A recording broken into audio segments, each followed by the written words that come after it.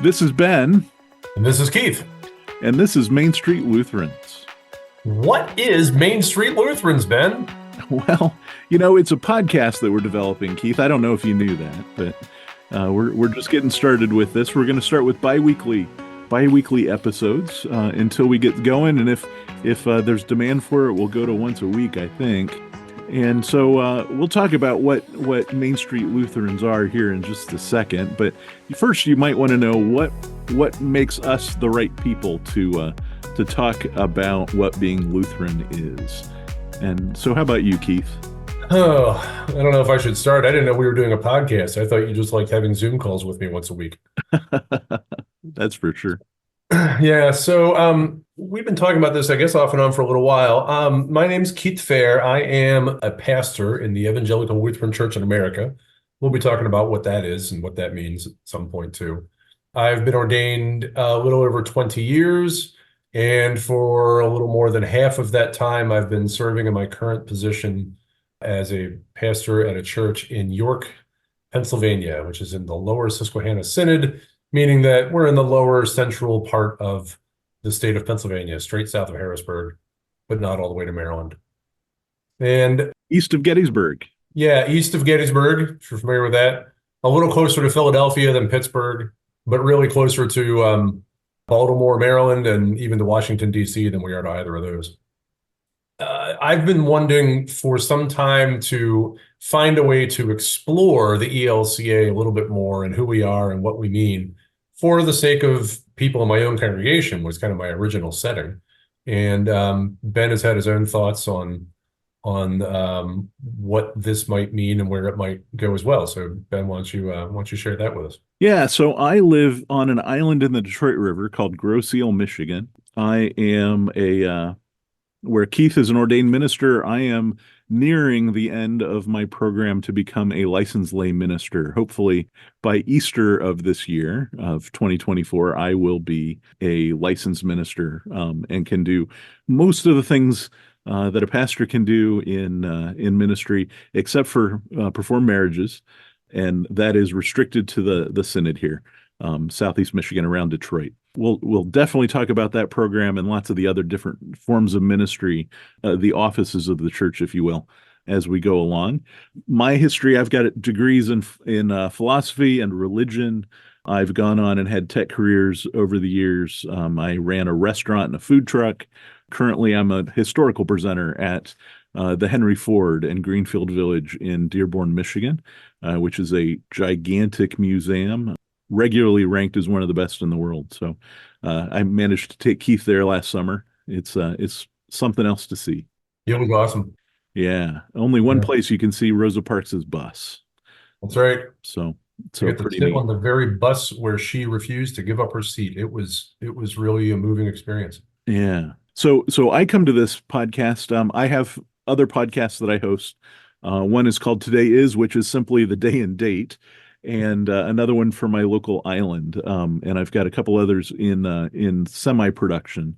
One about fatherhood and one about the museum I work at. So I've got a good long history of this. I actually remembered when I started podcasting that I went to Capital University, where Keith and I both went. Went to Capital University to become an audio engineer, and dropped out of that and went and got philosophy degrees. Just this last few months, Hank Green, who is one of the founders of Crash Course and SciShow on YouTube, Hank Green declared that if you have a degree in philosophy and religion, or it might have been John, they called it the billionaire bundle. So I have the billionaire bundle, theology and philosophy. So All so right. I come to that with that. The podcast here, it seems like it would be useful for congregations and for people who are interested in our church to know a little bit more about what that is. And other denominations have this sort of resource, and our denomination has not had one, at least not one that is very accessible as far as we can tell. So we're trying to fill in that gap and give people an idea of what makes ELCA Lutherans, what's the difference between ELCA and others, and what makes Lutherans different from other Christian denominations. So And that takes us to, what does it mean to be Main Street Lutheran? As we've said a couple of times, we're both affiliated with the Evangelical Lutheran Church in America, which is a religious denomination in our country, the United States. The ELCA has been around for what, about 40 years? Not quite 40, or is it, are we up to 40 yet? Oh, no, There's a reason 80, I majored in 88, English. 89. Yeah. So 25. A momentary math correction. The true answer to that math problem is 35. So we'll talk about how the ELCA came to be at some point, predecessor bodies that merge into this. We are a mainline Protestant denomination, meaning that we've got a direct historical lineage, if you will, back to the Catholic Church, the Roman Catholic Church of the Middle Ages and up to the time of the Reformation in the 16th century. We'll talk about that history at different points. But mainline is simply a shorthand word that folks use to describe Protestant denominations or Protestant churches that kind of have that historic connection to the Catholic Church rather than sort of springing up a little more spontaneously based on, a person or a group's reading of scripture and their determination to become Christians of a particular bent. We're also an ecumenically minded bunch, meaning that we play nice with other Christians,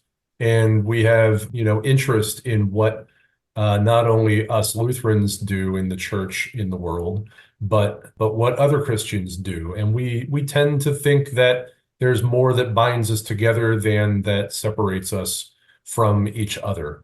We find that the differences that we have enrich our experience rather than divide us. But that doesn't mean that we're not, solidly based in who we are and proud of our heritage. So you'll see both of those strands come forward at different times.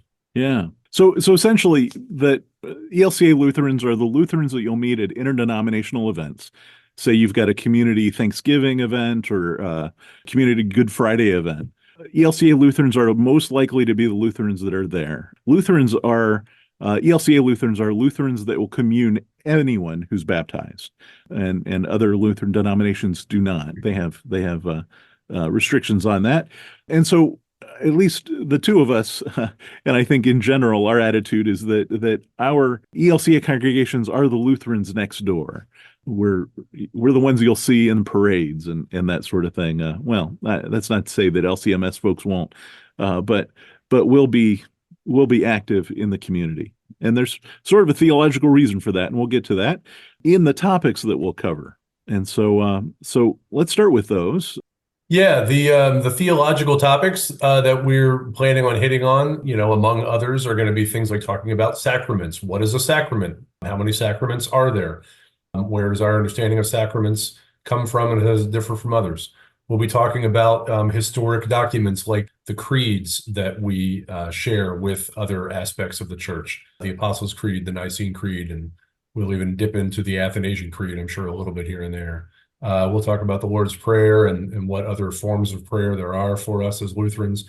And again, we'll talk about Martin Luther, who is, for better and for worse, someone that we owe a lot to of our identity, along with others, people of his time in the 1500s and 1600s, and people all the way from then until now as well, and some of those theologians that we'll refer to as we hit these various topics. Isn't that amazing? There's still theologians out there. I know. Yeah. No, anybody who ever says or thinks anything about God is by definition a theologian. That's true. Even those of us with degrees would have to admit to that. Yep. So we'll also talk about the historical things. We talked about how we'll talk about the ELCA formation at some point. We'll talk about the Reformation. We'll also, I think we need to talk about Christianity and Lutheranism in America, how they developed and why our church is the way it is. It has elements that didn't come from Europe, particularly, well, not directly from the German side of the European church anyway, some of our Congregationalist bent and such. But there are also things like something that most Lutherans probably don't know is that in the world in general, our tradition is called evangelical. And now in America, evangelicalism is basically Southern Baptist based and non-denominational based. I'm using air quotes there. And so knowing the distinction between that kind of evangelical and why Lutheranism other places is called evangelical church. And that's an important distinction once you grow beyond the United States and see the faith tradition outside of that. Yeah, and then there's practical elements. What's a Lutheran worship service look like? How are things done? Things that you might want to know if you have never set foot in a Lutheran church before and you're curious. Maybe you've been invited by a neighbor or a relative. Maybe you're attending a Lutheran wedding and you just want to know what things look like. So we'll talk about those kind of practical details. Yeah. And we'll talk about the cultural stuff, which kind of ties into that, right? Things like Lutherans will talk about hot dish. And now, not all Lutherans. That's sort of a Wisconsin, Minnesota topic, even up in Right. the Dakotas. In I don't know what Pennsylvania, hot where I dish grew up, is. they're called a potluck. Yeah. And in Ohio, we heard them referred to as covered dishes. So Yeah. So yeah, we'll those are all we'll like cover code some of that. words for nobody wanted to cook dinner for everybody, so everybody brings something and you share it. That's all Yeah. that means. But yeah, Yeah, but some people refer to hot dish as a very specific casserole, and I'm curious what that is. So we'll bring in some folks that can answer that. Also, why there's some German things and there's some Scandinavian things, and then the other thing is what other ethnicities are represented in the ELCA. Now there are lots. We have Hispanic congregations, we have African congregations, and there are people from all sorts of places that bring their family traditions, their regional traditions into the church and do that. Now, I'm mostly experienced the Church of Ohio, Indiana, and Michigan, which is a very small region of the country and of the globe, of course. And so I'm myself curious what other kinds of traditions other areas of the country have. yeah, me coming out of Ohio and Pennsylvania, same deal. I'd like to learn more about that too. Yeah.